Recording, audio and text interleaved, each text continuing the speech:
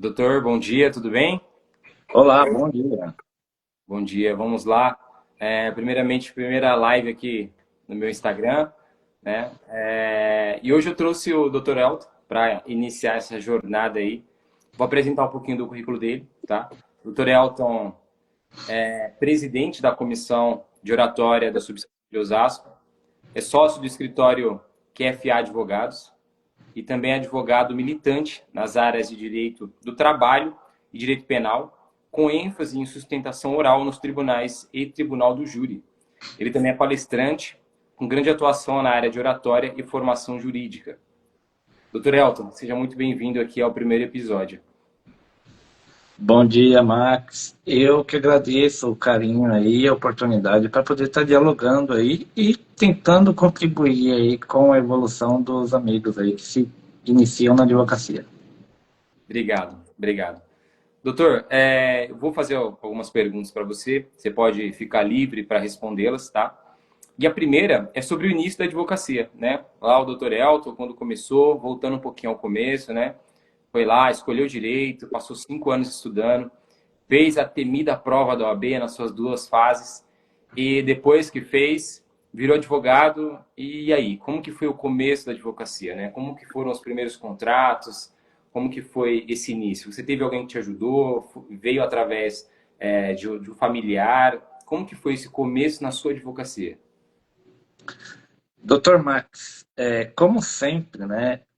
Você passa ali 5 anos na faculdade, você passa sonhando. Às vezes você acredita que no meio do caminho você vai parar, não era bem aquilo que você gostaria de fazer.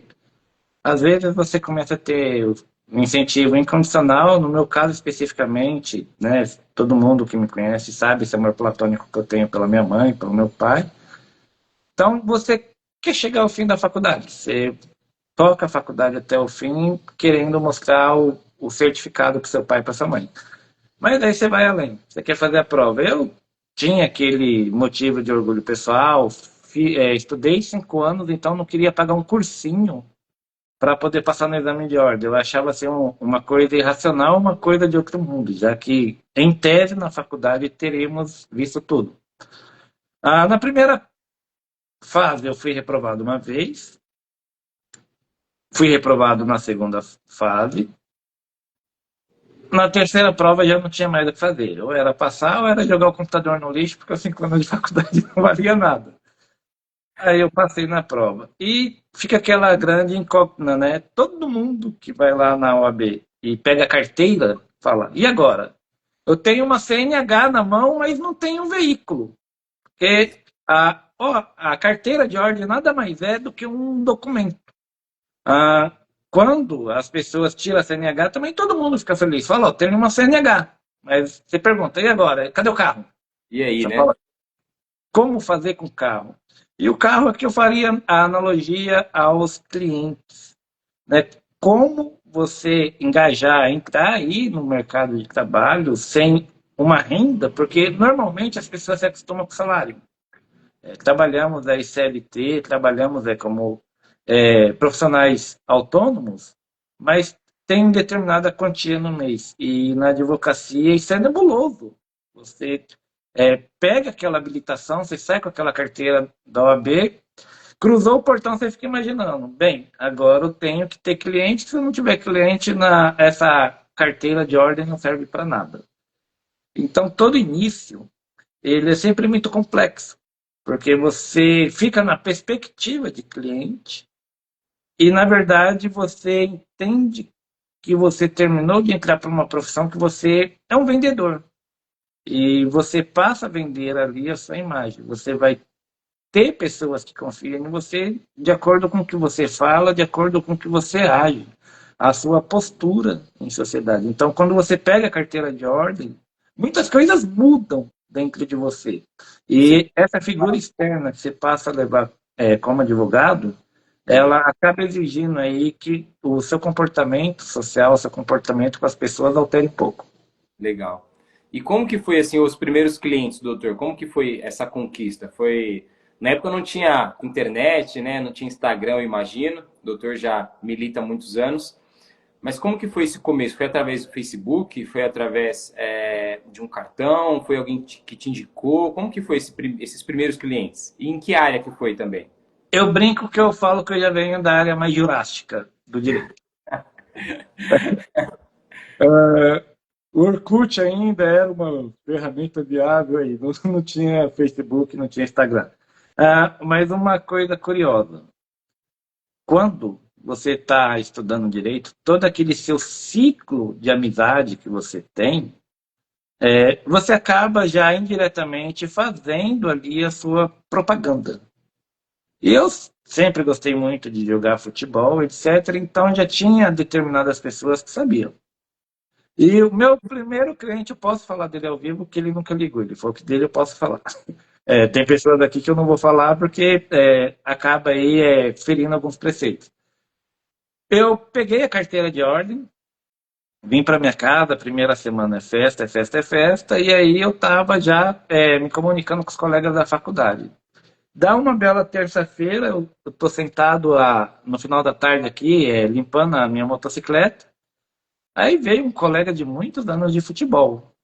E olhou para mim e falou que queria falar comigo. Eu até estranhei, falei, então Você... diga, mas eu quero falar com você no particular. Eu, fala aqui na rua. Não, que eu quero te mostrar um documento. Aí ele me mostrou uma intimação para ele aparecer em uma audiência de admoestação. Aí ele falou comigo, você sabe, né? Eu falei, não, é tranquilo. Pode ficar aí que é tranquilo. Aí deu aquele desespero que todo jovem advogado tem. Ele foi para casa dele, a audiência seria em 2 dias após. Aí eu falei, agora é hora de pedir ajuda para os universitários. Fiquei ligando para os meus colegas de faculdade e para os mais antigos, né, da advocacia, falando, olha, tem uma audiência aqui que o nome dela parece um palavrão, admoestação. Uhum. Eu lembro como se fosse ontem, a minha amiga Samara. Falou, não, Elton, fica tranquilo, olha, você tem que saber que toda audiência, o juiz não precisa de saber que essa é a primeira audiência, mas se quiser conversar com o juiz, conversa com o juiz. E o juiz ele vai compreender, ele não é uma pessoa ruim.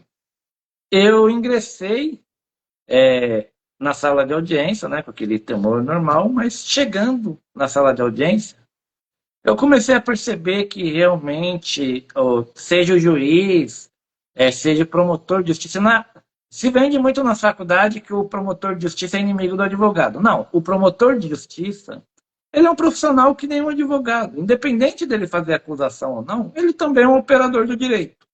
E ele percebe quando você é novo, ele não vai lá pisar no advogado, ele não vai brigar com o advogado.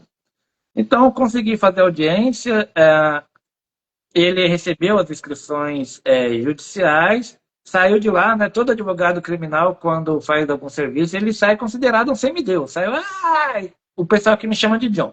Ai, John, você é o máximo, eu vou falar para todo mundo quem é o John, não sei o quê. E a minha vida começou a engrenar. Eu ia no supermercado, começava a conversar com caixa, que no início eu era clínico geral, começava a conversar com caixa e aplicava um cartão meu no caixa. Boa. Vinha o pessoal atrás da minha mãe, que minha mãe era evangélica na época, começava a falar em igreja, eu já aproveitava e dava um cartão meu para aquela pessoa. Excelente. E aí você começa divulgando. Eu comecei a ir para dentro da Ordem dos Advogados do Brasil. E lá tem bastante advogados antigos, né? Que já está com serviço, já tem uma certa quantidade de cliente. E o que ocorre ali naquele momento ali que você está dentro da OAB? Hoje, um dia, tem um colega que está com dificuldade aí na modernidade, né? Na era mais digital. Aí ele precisa muito fazer o processo. Se você doa o seu tempo para aquele colega, você ajuda aquele seu colega, sem cobrar nada em troca, se você faz isso de coração, você pode ter certeza que o próximo processo que aquele colega pegar, um processo relevante para ele, para o cliente dele, ele vai te convidar pela sua expertise na área digital, no mundo cibernético. E você começa ali a trabalhar. Você sempre fica imaginando como eu irei cobrar o cliente, né? Porque Esse é a um ponto, dificuldade do jovem advogado, esse é um falar, se ponto. eu cobrar caro, ele vai embora, eu nunca vou ter cliente. Mas a grande verdade é que quando a pessoa está fazendo cotação com você e com as demais pessoas, ela não vai contratar ninguém. Provavelmente ela vai tentar fazer tudo sozinho. Esses dias eu fui surpreendido por uma pessoa que veio fazer uma consulta comigo. Ela simplesmente ia entrar com uma ação no juizado especial. Entrou nesses sites aí que eu tenho muita dificuldade de mexer ainda, porque eu sou jurássico, e me mandou uma petição inicial. É, Tudo bem, tudo acontece. bem, tudo bem. Essa é uma petição. Eu percebi que a inteligência artificial fez para você, mas como que você vai se comportar na sala de audiência?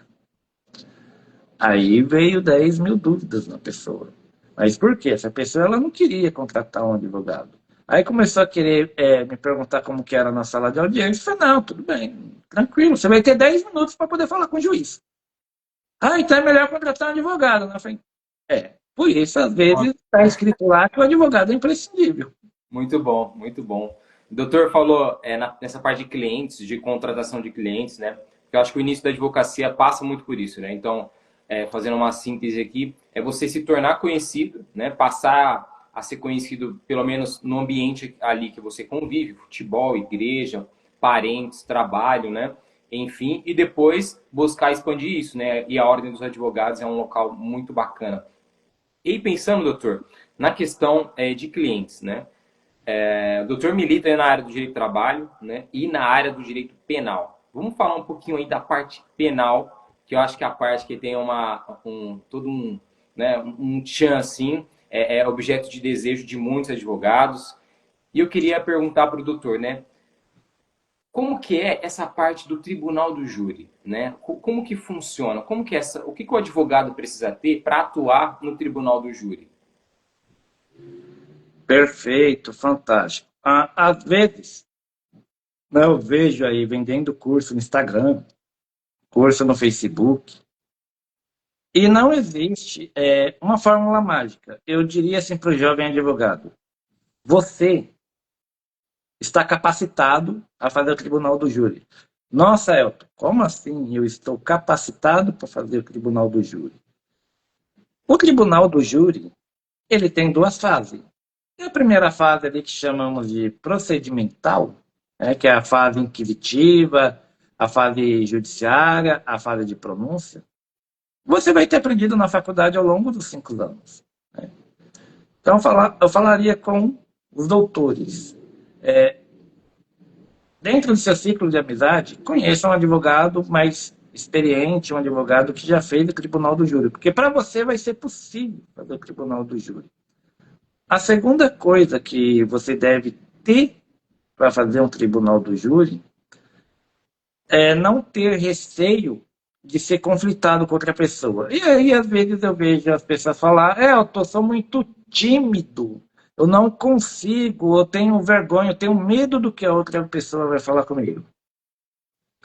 Deixa de ser cara de pau, você não brigava com sua mãe, você não corria com sua mãe, com seu pai? O tribunal do júri é a mesma coisa. O medo, ele pode ser subjetivo, ele pode ser um medo implícito, ele é um medo imaginário, ele não é um medo real. Tecnicamente, o promotor ou o juiz não vai humilhar, não vai constranger você no meio das pessoas. Então, esse receio do embate, mesmo para o jovem advogado, não pode se tornar uma coisa temerosa. Uma coisa é você ter responsabilidade. Né? Você ter responsabilidade naquilo que você faz. E outra coisa é você não ter medo de falar. É você romper-se a si próprio. E o júri ele é uma mágica, né? O júri é algo fenomenal, é algo assim, inenarrável. Aquela sensação que você está na tribuna. Você pensa no seguinte: todas as pessoas já desacreditou daquela pessoa que está ali sendo acusada. Você acaba sendo a única esperança de liberdade daquela pessoa. Você é a última barreira. Você só está ali porque a lei falou que terá uma voz técnica em nome daquela pessoa. E muitas das vezes você entra lá, já está o juiz fazendo assim pro preso, já está o promotor fazendo assim. Você olha para o jurado está fazendo assim, ó.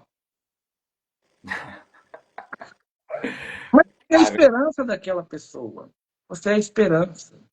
Então você vai agir ali muito com o coração. O júri, eu gosto de falar que toda vez que eu vou falar com os jurados, eu falo de coração. Eu quero tocar o coração daquelas pessoas. Não existe uma verdade ou uma mentira processual. São interpretações. E outra coisa, todo ato, ele existe uma motivação. Então, eu tenho certeza que os doutores aí vão estudar retórica, vão estudar silogismo, vão estudar argumentação e Essa vão parte, chegar à conclusão que para todo ato existe uma motivação. Às vezes, dentro de um princípio moral, aquela ação pode ter sido reprovável. Dentro dos costumes, aquela ação pode ter sido reprovável. Mas, de fato, afastando isso e pensando um pouquinho lá como os sofistas pensavam, a verdade, a ação, ela é relativa, ela não é absoluta. Há uma tradição na sociedade principalmente aqui no Brasil, a nossa tradição muito forte aqui é a violação da família e dos bons costumes. Mas aí eu pergunto a cada um dos doutores, o que seria o bom costume? O bom costume é que você não retira uma vida alheia. Isso é até um preceito moral também do Elton. Mas tem uma coisa que é muito interessante. Você não tira a vida alheia, mas a vida alheia está vindo tirar sua vida. Doutores. Você vai agir dentro dos bons costumes ou você vai acreditar que as regras também são relativas? boa, muito bem pensado, muito bem tecido. E eu vou explorar um pouquinho essa parte. Qual que seria então, né? Você falou em tocar o coração do júri, né? Me deixou muito em alerta essa frase, porque a gente está falando aí nessa parte de, ainda mais no ambiente de júri, de sustentação oral, né? A gente está falando exatamente disso. E aí me vem a próxima pergunta para o doutor, né? Como que o advogado, né, pensando que ele é a última linha de defesa para aquele réu, né, para aquela pessoa, para aquele ser humano que está ali, como que ele vai se preparar na parte psicológica e técnica para, né? Eu digo na técnica tanto do direito quanto na parte da oratória, como que ele apresenta isso através da ferramenta sustentação oral? Perfeito, boa pergunta. Magnífica pergunta. Queridos amigos, eu indico para vocês a técnica SOL. Toda vez que os doutores estiverem estudando alguma coisa, vocês vão lembrar do astro-rei, do Sol. Nossa, Elton, mas por que o Sol? O Sol é tudo aquilo que brilha com intensidade. O Sol, ele detém e controla a vida no nosso próprio planeta. Logo, o Sol, ele é um mnemônico, né? Ele é um acróstimo que vocês podem utilizar para memorizar uma fórmula de sequência, uma fórmula lógica para poder fazer aí sua sustentação. Então, Elton, o que seria o Sol? Você pensa no sujeito. Você está agindo como assistente de acusação ou você está agindo como defesa? Porque no júri também tem assistente de acusação. Então, você pensa no sujeito. Aí você vai pensar ali propriamente, né, na organização. Dentro daquele júri, tem recursos tecnológicos. Eu ia fazer uma piada aqui, mas esqueci que, sei lá. Ia falar de um fórum aqui da região, mas pensa em um júri. Vai ser um júri de lugar ali, né? Um lugar mais moderno, um lugar mais avançado, ou vai ser um júri de um lugar mais humilde, onde você próprio leva a sua garrafa de água ali, que senão você vai passar sede. Né? Você pensa na organização. Então, vai ser naquele júri popular. Popular, então, vou levar meu computador, vou levar meus documentos, vou levar o meu projetor, porque eu vou ter uma luta ali violenta. E por último, você vai pensar no lugar. Ah, Elton, mas o lugar é o fórum. Não, o lugar não é o fórum. O lugar é o acontecimento dos fatos. Você vai transportar todos os jurados até o lugar dos fatos. O júri, ele é algo subjetivo e imaginário. Uma vez que você vai levar os jurados até o lugar, o local dos fatos, imaginando, você vai conseguir trabalhar o sujeito e você ainda vai estar ali organizado dentro do seu tempo com as suas ferramentas agindo. E o meu discurso é, aí eu vou remeter para retórica clássica, quando Aristóteles ele escreveu, né, ele concaternou ali, ele sistematizou a retórica para tentar explicar aquilo que os sofistas já faziam com excelência. Você vai pensar no patos, no logos e no actus, né? Então você vai ter ali a sua organização, você vai ter a sua fala ali, que é a fala com ou sem emoção, e você vai estar falando ali propriamente também dentro de uma aparência, você vai estar falando dentro de uma credibilidade do orador. Então é importante quando você está fazendo a sua tese de sustentação, que é 1h30 e mais réplica de 1 hora, Caramba. você ter essa organização para o jurado entender o que é o início, o que é o meio, o que é um fim. Geralmente, as plenárias que eu costumo fazer, sempre tem bastante colegas que estão aprendendo e pede para ir junto. Aí eu falo, você vai fazer os cumprimentos e a introdução da tese principal. Então, a pessoa vai ali e ela faz uma introdução, ela dá um início para os jurados. Então, os jurados, quando você chega para sustentar a tese, ele já sabe quais são os principais pontos que você vai passar dentro da tese para ele entender o que motivou ou não aquela pessoa a determinado ato. E aí você vai conseguir ter uma boa retórica, né? Você vai ter uma boa argumentação, você vai conseguir, e muitas vezes, fazer o silogismo com o promotor de justiça e demonstrar que a tese que ele está sendo apresentada é meramente interpretativa e não merece credibilidade. Muito bom, doutor, muito bom. E aí, só para fechar essa parte de penal, né, a parte mais legal, como dizem na faculdade, é, você pode falar alguma situação, é claro que não vai falar o cliente, nem o caso em específico, mas você pode falar alguma situação que você viveu aí nos seus anos militando no direito penal, alguma situação inusitada, alguma situação que você teve que se sobressair, você pode falar alguma coisa? Ou alguma Sei, curiosidade, ponto legal, a primeira vez talvez numa delegacia, a primeira vez no tribunal do júri. sei. Eu tenho flagrante que o cara estava com diarreia e ele não aguentou, fez o dois na delegacia. E Boa, boa, boa. aí eu Esse é cheguei e um estava os muito militares chato. tudo nervoso, batendo com cacetete na viatura. E eu não entendi. Eu falei, meu, Nossa, licença, né? mas fulano de tal tá com vocês e por que vocês estão batendo na viatura? Ele falou, eu vou abrir a viatura, eu doutorei. Bom, muito bom. Aí Muito eu bom. falei, não, é melhor aí os amigos aí que estão trabalhando aí. Leva ele no banheiro. Vocês têm que dar um banho. Eu dar um banho, eu tô achando que eu sou o pai dele. Mas ele não pode ficar aí dentro, aí que é desumano com a pessoa. Tem um sol aqui, ele tá preso na viatura.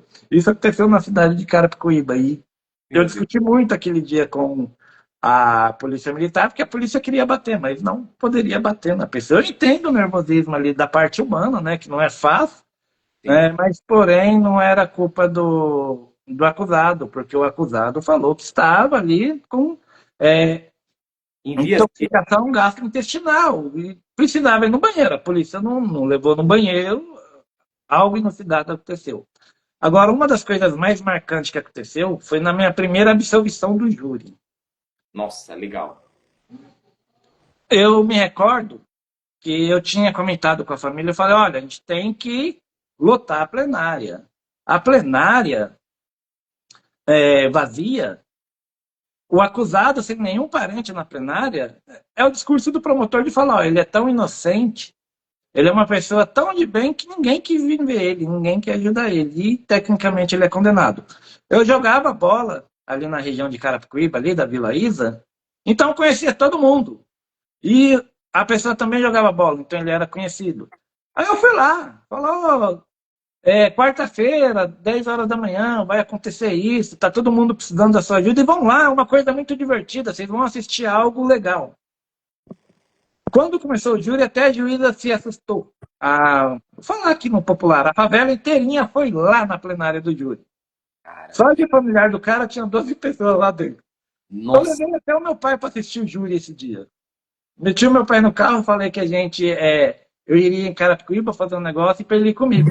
Aí eu coloquei o meu pai no carro e levei o meu pai. A minha banca de defensores, e aí eu comento aos doutores, quem tem amigo tem tudo nessa vida, né? Era o meu primeiro júri, eu já estudava oratória, eu era escritor de oratória lá em São Paulo, então muitos amigos meus queriam fazer o primeiro júri comigo. Todo mundo queria participar do primeiro, queria participar do prólogo. Falei, não, você é o primeiro, eu quero estar com você lá no primeiro. E eu fiz uma banca com 3 mulheres e mais um homem. Então ficávamos em 2 homens e 5 mulheres. E as mais beligerantes, né, as mais incisivas, as mais agressivas, era a mulherada. Como a promotora era mulher, eu não podia bater muito na promotora, porque aí ia ficar aquele negócio, aproveita que é uma mulher, o homem. Então as meninas fazem esse papel de questionar a promotora, de encurralar a promotora. E aí a gente passou ali aquelas 9 horas de júri ali, né? Teve todas as perguntas. A promotora 9 tentou me horas? atacar bastante. A 9 horas? promotora, 9 horinhas. Cara, Júri, ninguém pensa que vai fazer em 3, 4 horas. O júri, quando você vai fazer a plenária, você pode avisar para todas as pessoas, falar, iremos de fato perder o dia. Não vai ser, você não vai fazer mais nada. A única coisa que você vai fazer é ficar ali dentro o dia inteiro, porque geralmente é longo. Como eu tinha 5 testemunhas para perguntar, e eu fiz questão de ouvir todas, por mais que o juiz não queria, eu fiz questão de ouvir todas, só a testemunha, você leva em torno de 2 horas e meia. Aí tem a pausa para os jurados almoçar. O promotor vem e fala por 1 hora e meia. O advogado vem e fala por mais 1 hora e meia. Aí o promotor fala por mais uns 50 minutos, 1 hora. O advogado volta e fala por mais 1 hora. Então, é de 7 horas para frente. Menos de 7 horas não acaba um júri. É o que eu comento para todo mundo. Fato, mas você fala 1 hora e meia. Eu faço questão de falar 1 hora e meia. Com a liberdade das pessoas, não brincamos. Né? Serei sucinto, serei breve. Não. Senhor jurado, aguente as contas aí, não dorme, porque isso dá nulidade se meu cliente for condenado. Então, fica acordado. E a gente começa a falar. não, vai vir de novo aqui e aí vai ser pior. Vai ser pior porque vai ser cansativo. E aí começou a acontecer a plenária, né? Eu estava muito bem dentro do patos, do ethos e do logos da retórica. Eu estava afinadíssimo. Eu conhecia a região de cabo a rabo.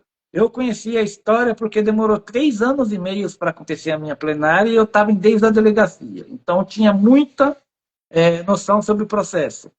E aí eu comecei a aplicar a retórica e o silogismo. Tudo que a promotora falava, eu tinha um contra-argumento. E ela caiu na infelicidade de desacreditar porque eu era novo, era o primeiro júri. E ela tentou fazer as partes. Cada parte que ela fazia, ela sofria um terrorismo, porque eu começava a falar com conhecimento de causa que eu jogava bola em Carapicuíba. Eu conhecia essa cidade de Carapicuíba, de corpo e alma.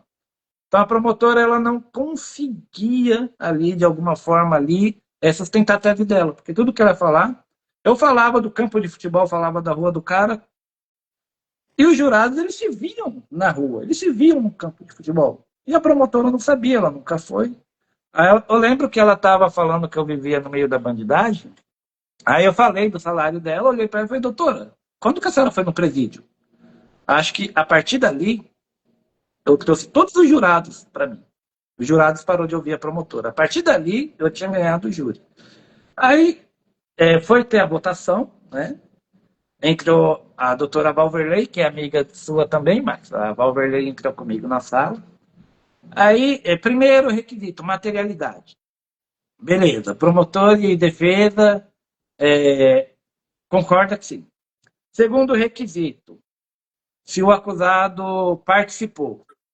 De repente o juiz puxa logo 4 não. Aí a juíza olhou assim para o jurado, tomou e falou, vocês entenderam bem a pergunta? Porque a juíza não queria absolver. Vocês entenderam bem a pergunta?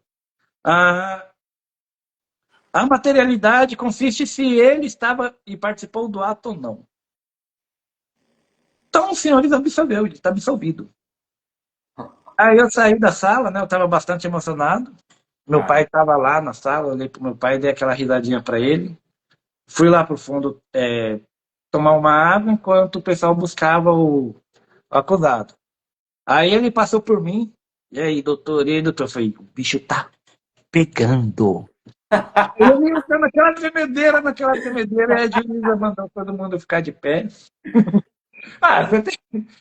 Eu, você tem que dar uma emoção da coisa, né? Eu tava lá usando o pato, eu tava usando o patos do Aristóteles mais do que nunca. Eu falei, tem que dar emoção na fala. Falei, o bicho tá pegando. Aí a promotora veio para ler a sentença, todo mundo de pé, os vizinhos dele lá, tudo naquele aflito, chorando pra caramba, né? Falei, porra, o cara vai ser condenado aí a 45 anos. Que eu toquei muito na tecla do pessoal, vocês vão pegar um trabalhador de Carapicuíba e vai prender ele por 45 anos. Então isso marcou muito. E aí, quando a juíza falou que ele estava absolvido por 4 votos a 1, ele caiu no chão chorando, aí a galera parecia estádio de futebol, todo mundo gritando lá. Legal, doutor. O Parabéns, pessoal viu? gritando, e isso impressionou e marcou muitas pessoas que estavam lá dentro, que foi fazer o júri comigo. Falou que nunca tinha visto assim, algo igual, do pessoal gritando, a juíza, cala a boca, silêncio, excelência, tá todo mundo comemorando, a senhora acha que essa raça aí vai calar a boca? E Cara, doutor. o assistente rachava o bico, o assistente olhava assim, porque ele também mora em Carapicuíba, ele tem o mesmo salário que eu tenho, então para ele tudo era festa ali. Uhum. Mas foi algo bem impactante. A atividade de meio tinha sido cumprida. Primeiro, parabéns, né? Acho que deve ter sido emocionante para você. E, nossa, deve ser uma emoção incrível, cara. E depois você olhar para o cara, enfim, para o familiar, o seu familiar, né? O seu pai estava lá, inclusive, deve ter sido uma vitória muito boa. Meu pai chorou pra caramba aquele dia, Nossa, coitado. eu imagino, cara, eu imagino. Meu Aí você, pai, todo né, mundo fez uma fila para me abraçar. tá vendo? Né? Aí você tem a importância também, né, das esposas advogados deixarem eles jogarem bola, tá vendo? A importância, se o advogado não jogar bola, ele não tem network. Então, Queria essa é só a dar um bom importância. dia pro Eric, que está na live aqui. Eric Campos. Bom dia, Eric. Seja bem-vindo. Obrigado, obrigado. É o meu irmão. Doutor, vamos caminhando aqui para o final. Vou te fazer a nossa penúltima pergunta, né? Então, saindo um pouquinho, né, do direito penal, indo para o direito do trabalho, que é onde você milita também, né? Onde eu também já conheci um pouquinho do seu trabalho. Mas pensando agora mais um pouquinho na parte da reclamada, né? Na parte das empresas. Quais são os principais problemas que você enxerga, seja na vida prática ou na teórica, que você já teve oportunidade? Quais são os problemas assim, que o empresário geralmente tem e que um advogado ele pode ajudar a reduzir, tá? No quesito de direito trabalhista. Tá. Vamos lá. Advogar na área do direito do trabalho. Que nem o doutor falou, tem uma preferência pela empresa. É óbvio que para você trabalhar pela empresa, primeiro você tem que começar trabalhando pelo reclamante. Né? Você tem que conhecer bem as técnicas das pessoas, dos advogados, que atuam pelo reclamante. Eu tenho um histórico grande antes de vir advogar. Eu exerci outras profissões, eu conhecia bastante ali carga administrativa. Eu trabalhei bastante como gerente, supervisor. Legal. Então, a gênese, né, do problema empresarial, às vezes, é o empresário não ter uma formação em administração, uma informação em economia. E, às vezes, o empresário ele quer muito economizar em uma boa assessoria de contabilidade. Eu tenho o maior respeito pelos nossos colegas contadores, né? Para mim ainda é uma profissão que é imprescindível. Essa profissão ela tem que estar ali no ápice para poder atender bem a empresa, porque tudo começa dentro da contabilidade. Uma rescisão mal elaborada vai gerar uma consequência trabalhista, uma demora para devolver o documento do funcionário vai gerar uma reclamação trabalhista. Muito se fala, quando é contrato de experiência, de descontar a multa do 479 do funcionário. Muito se fala de fazer lançamento do aviso prévio e descontar o aviso prévio. E eu sempre tive uma briga muito forte com as contabilidades. A pessoa que trabalhou, ela não cumpriu o aviso prévio, não precisa de fazer o lançamento dele para provar para a pessoa que ela poderia ganhar um salário e está sendo descontado um salário, porque por ausência técnica da contabilidade e por falta de conhecimento também do reclamante, ele vai achar que ele foi roubado e ele vai ingressar com uma ação trabalhista e vai causar um estrago imenso. Por quê? Primeiro, o empresário vai ter que contratar um advogado para se defender. Segundo, algumas coisas que não seria discutido numa trabalhista passa a ser discutido. Então, a probabilidade do empresário se lesionar ali é muito grande. Contrato de trabalho e contratação. Sempre que é possível, eu prestei assessoria para um hospital veterinário 24 horas que me dava uma demanda bem alta de quadro de escala de trabalho. Sempre que possível, você vê o que é permissível pelo sindicato para você poder levar ao seu cliente e comentar com ele. Falar, olha, essa escala de trabalho para determinada profissão, ela não se coaduna. Então, da forma que você está contratando, você pode sofrer uma multa sindical, você pode sofrer uma ação de fiscalização sindical, que também é uma ação chatíssima, uma ação custosa para a empresa, e você ainda pode receber uma reclamação trabalhista. Eu vou falar em específico aqui para você ter uma ideia do técnico em radiografia de PET. Essa pessoa só trabalha 4 horas por dia não, por semana, no hospital. E o que ocorre? Às vezes, essa pessoa ela acaba se tornando PJ e presta 3, 4 serviços no mesmo hospital. Mas aí está a falha, porque a PJ dela, a nota vai ser a única. Então, essa pessoa já estourou a carga horária e o sindicato pode vir e multar a empresa. Você tem que garantir ali na hora que você está fazendo uma assessoria que você está 100% dentro da CCT, que é a Convenção Coletiva, para você não gerar prejuízos posteriores ao empresário. Ele fez a demissão, independente dele pagar a demissão ou não. Leva a pessoa na sala e dá uma explicação. Fala, olha, eu vou apresentar suas contas. Você entrou aqui tal mês, seu salário é esse, eu tinha que depositar tanto de FGTS. Esse valor a mais que vai estar de FGTS, isso é os juros da Caixa Econômica. Dentro de esses anos, eu paguei as suas férias, mas tem aqui 3, 4 meses de férias que eu estou pagando que você teria direito esse ano. Por quê? Às vezes, essa pessoa vai fala com o contador. Eu sou empresário, eu não sou contador. E o contador acaba não explicando, porque às vezes a contabilidade está cheia de serviço, é o funcionário novo, é o estagiário que atendeu a pessoa. E provavelmente, essa pessoa que saiu dessa empresa, ela pode ser captada ali por colegas da esfera do reclamante, que nem sempre está agindo ali dentro dos ditames legais. Cada um aqui sabe qual que é o seu pão que você tem para defender. Né? Eu sei quais são minhas dívidas mensais. Eu sei o tanto que eu tenho que trabalhar para eu conseguir trazer o pão para minha casa. Mas às vezes o colega está ali e ele precisa de dinheiro. Então ele fala: traz a sua rescisão aqui, eu vou ver se não tem algo errado. E aí ele começa a entrevistar o funcionário, e aí, de repente, escapa uma hora extra, escapa um vale-refeição, escapa um vale-transporte, e aí ele fala: vamos ingressar com determinada ação e vamos pedir danos morais.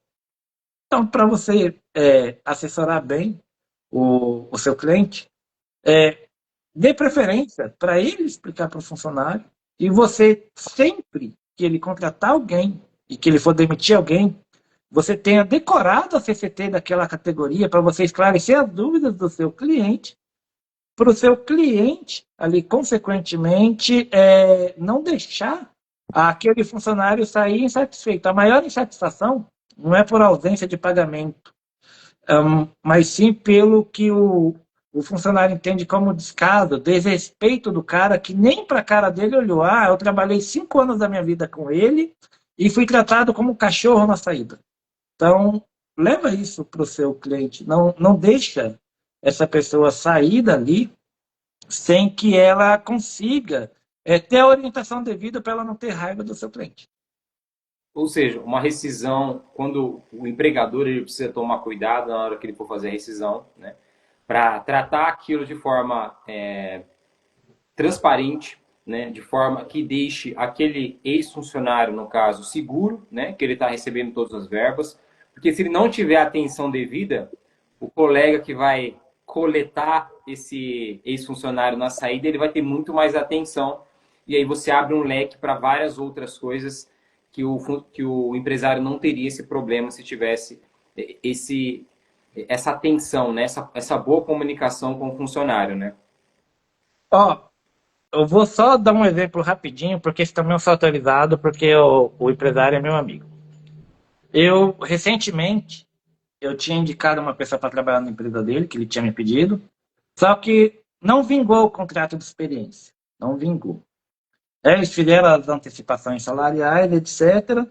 E na hora da rescisão, a contadora colocou essa multa do 479, esse suposto desconto de R$ 400, que ia ser descontado da pessoa. Aí ele começou a ter muito conflito com a pessoa, tanto o empresário quanto a pessoa veio me questionar. Aí eu falei: deixa eu ver a rescisão dela, me mande a rescisão dela. Sabe o que eu fiz com a rescisão? Eu Não. entrei no Adobe Online lá e apaguei a multa do 479. Eu liguei para a PC e falei: olha, não faltava tantos dias para você terminar o contrato de experiência assim? Eu falei: então, você não vai receber esses dias porque você não trabalhou. Ele falou: ó, eu já falei com a contabilidade, ela já me mandou a rescisão correta. Ela olhou a rescisão, olhou, deve ter mostrado para mais alguém. Eu falei: ai, Elton, se não fosse você na minha vida. Você está vendo que foi uma falta de despreparo da contabilidade, que não deu a atenção devida, não precisava de lançar aquela multa ali, porque aquela multa gera uma provocação para o funcionário. Eu falar: na hora que precisou eu vim, agora na hora de me aplicar a multa, de sair fazendo desconto, quer descontar. Um erro de interpretação. Estava ali no Logos, estava no Patos. A coerência, a transparência na hora de levar para a pessoa. A contabilidade não estava conseguindo converter isso. Falar: fulano, faltou 10 dias para você? Se faltou 10 dias, você não vai receber 10 dias. Não, vou descontar 10 dias de você. Mas, na verdade, não estava descontando. A pessoa apenas não tinha ido trabalhar. Então, no trabalhista empresarial, na consultoria empresarial, acontece muito isso, doutor Max. Ausência de uma explicação simplificada. A pessoa quer ser técnico demais e se enrola. Muito legal, doutor. Acho que ficou muito bem explicado, principalmente, igual eu havia dito no começo, né? Você até já compartilhou que tem esse. Você permeia bem sobre essas áreas, né? Penal e trabalho na parte da empresa. E é muito legal, né? Você ter colaborado aqui com a gente. Vou te fazer a última pergunta agora, tá? Uma pergunta mais. Nada muito técnico, tá? Você pode ser fique bem livre. E a pergunta é: como o doutor vê o futuro do direito no Brasil? do ponto de vista do Elton, eu sou jurássico, eu vou sofrer bastante. Agora, é, ne- nessa sociedade que vivemos, né, principalmente aí no ponto de vista político, eu diria que o direito é uma das áreas em ascensão. O próprio, né, Instagram, olha que eu vou ser bloqueado daqui a pouco. Eu faço bastante propaganda anti-Instagram, viu? Eu não gosto do Instagram. Então o Instagram vai me bloquear. É, o próprio direito digital ele vai crescer demais. Essa simples brincadeira que eu fiz aqui, eu posso ter ofendido uma pessoa. Posso ter. Se eu não tivesse autorização para falar desse exemplo da empresa aqui, isso caberia uma ação. E o direito ele tem uma ascensão muito forte. Eu até tenho a pessoa que me mandou a petição inicial, feita lá nesse site da vida aí, que eu não sei como que se faz. Todavia, ela não é capacitada tecnicamente para ingressar em uma sala de audiência. Então, o direito, principalmente com essa expansão da internet, ele abre um leque muito forte. Tem a pessoa que montou a lojinha online e está vendendo. Ela vai precisar de uma assessoria jurídica. Tem um influencer digital, não sei por que tem essa profissão, viu? Tem um influencer digital que aquele asno vem para o Instagram e ele precisa de advogados. Esse com certeza precisa de advogados, que esse só faz besteira na vida. Esse está até substituindo o cliente criminal, viu? É impressionante esse cara. Mas É um novo nicho. é um novo nicho. E dentro da sociedade, cada vez mais tem contrato entre pessoas. Vamos partir para a área familiar. Você vai ter contrato de namoro, contrato de união estável. Eu não sabia isso, mas depois que a pessoa me falou, tomei até um susto. Contrato de comodato da pessoa que foi morar com você para ela não se empossar da residência ao longo do namoro ou ao longo da união estável. Falei, mas como que se cabe um. Você está emprestando espaço para a pessoa dormir. De verdade, eu sei que geram o vício que a gente chama da precariedade, a pessoa não tem posse de nada. Então, se a posse é precária, ela não pode questionar ali a propriedade de algo para ela. Na área trabalhista, tem diversas profissões novas surgindo todo dia. Né? Então, tem a empresa que trabalha com marketing jurídico, tem empresa que trabalha com cotações online, tem empresa que trabalha com captação de clientes, e eles precisam ali do jurídico, precisam do advogado. Se você for pensar ali, hoje, na área criminal, tudo que você faz é crime. Antigamente, você fala, ô, seu salsicha, você ia para sua casa sorrindo. Só que hoje, infelizmente, é preconceito. Você chama o cara de salsicha porque o cara é magro, então é a magrofobia. Ô, seu chupeta de baleia. Cara, ele falou aí, você pode contratar 10 advogados que você vai ter problema na vida. Então, assim, hoje a coisa está muito juridicada. E o direito, ele é uma área que eu acredito que nos próximos 20 anos, 30 anos, ele está em ascensão. O exemplo clássico que eu dou, até os super-homens do Brasil, eles precisam de advogado. Lembramos aqui, e dele eu posso falar porque ele é pessoa pública hoje, ele é senador, então não tem problema falar. Mas até o Sérgio Moro, que perseguiu o advogado, precisa de um advogado. Aquilo foi uma vitória para a advocacia que é inenarrável, é incomensurável. A pessoa que pisava no advogado, que tentou atropelar um advogado, falou, olha, doutora, a capa é sua, não é minha, por favor, me ajuda. Então, direito é uma área que tem boas perspectivas de crescimento e renda para aqueles colegas aí que quer construir sua vida. Legal. Doutor, obrigado pela participação, tá? Foi muito, muito gratificante e trouxe transparência para muitos temas, né? Eu acho que principalmente nesses três que nós falamos, né? Direito penal, principalmente do júri, direito do trabalho na parte empresarial e agora sobre o futuro do direito. Muito obrigado. Vou abrir para você deixar suas últimas palavras. Sim. Primeiro, eu gostaria aqui também de agradecer a Ju Azevedo, que me ouvir, eu sei que não é fácil, viu, Ju? Mas eu fico contente de saber que a senhorita teve paciência para me escutar por quase meia hora. Brincadeiras à parte, brincadeiras à parte, eu gostaria de falar com você, acadêmico do direito, né, e você, jovem advogado. Tem uma frase de Napoleão Hill, eu citei ela esses dias aí no curso de oratória, aí, que o Dr. Marx também está secretariando. Inclusive, ele faz essa parte digital lá, porque eu sou aquele dinossauro Rex lá, não tenho um bracinho para ficar no computador. Napoleão fala o seguinte: todos iniciam, somente os ousados terminam. Então, que eu diria aos doutores? A advocacia ela não é fácil. O mundo jurídico ele não é fácil.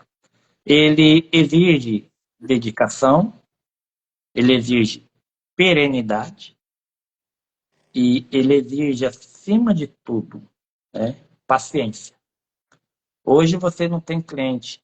Não acredita nesses advogados que vêm aqui vender curso aqui, 30K, 100K. Eu falei, e o que é um K? E me falaram, é kbytes. Eu falei, kbytes é aquela linguagem que fala que é 1024 bytes. Então, você não vai enriquecer da noite para o dia. Tá? Você não vai pegar a conta de luz e falar que está cobrando ICMS e vai ficar milionário. Porém, o direito, se você tiver a perenidade, tiver a hombridade, a longo prazo, você só tem a ganhar com direito. Você não vai empobrecer com direito. Hoje você tem um cliente. Amanhã você tem 2. Esses 2 clientes, eles vão trabalhar para você voluntariamente. Eles vão falar para as pessoas do patos que você tem, do amor que você tem pelo direito. Eles vão falar do ethos, vão falar da sua vida. Olha, o Elton é sarcástico, mas na hora de falar sério, na hora de trabalhar, na hora de se dedicar, ele não mede esforço para poder ajudar as pessoas. E a médio prazo, aí, há 5 anos, essas 2 pessoas que você começou, você vai olhar, elas vai ser 90, 60, 110, 140. Hoje, se eu não me engano, eu tenho aproximadamente 900 contatos, Marcos. Então, você vai falar, são 900 pessoas que eu tenho certeza que se alguém precisar, fala, não, ó, tem o Elton, ele mora na cidade de Osasco. Se você não conseguir ir lá, pode ter certeza que ele pega a moto dele, ele vem aqui. Eu já fui fazer serviço em Campinas. Eu já fui fazer serviço em São José dos Campos. Você fala, nossa, Elton, compensou. Não foi questão de compensar. Não foi questão de compensar. Foi questão da vida transparente que eu tenho com o cliente, da vida transparente que eu tenho com as pessoas que acreditam e confiam em mim. Pode até não ter sido monetariamente compensável, mas foi satisfatório do ponto de vista de que aquela pessoa de São José dos Campos já me indicou mais de 6 pessoas aqui na região de Cotia. Então, Legal. Tudo vale a pena, né? tudo vale a pena desde que você faça as coisas, mas faça com amor. Faça com amor. Não faça somente para eu vou ficar rico. Isso é uma mentira. A riqueza ela poderá ser uma consequência da sua vida. E não uma imediatez como as pessoas vendem para os doutores. Muito legal. Doutor, obrigado, viu? Um ótimo feriado para você. Obrigado a todos que participaram. E é isso. Tchau, tchau, gente. Eu que Obrigado. agradeço a oportunidade. Muitíssimo obrigado e excelente final de semana a todos. Tchau, tchau. Tchau.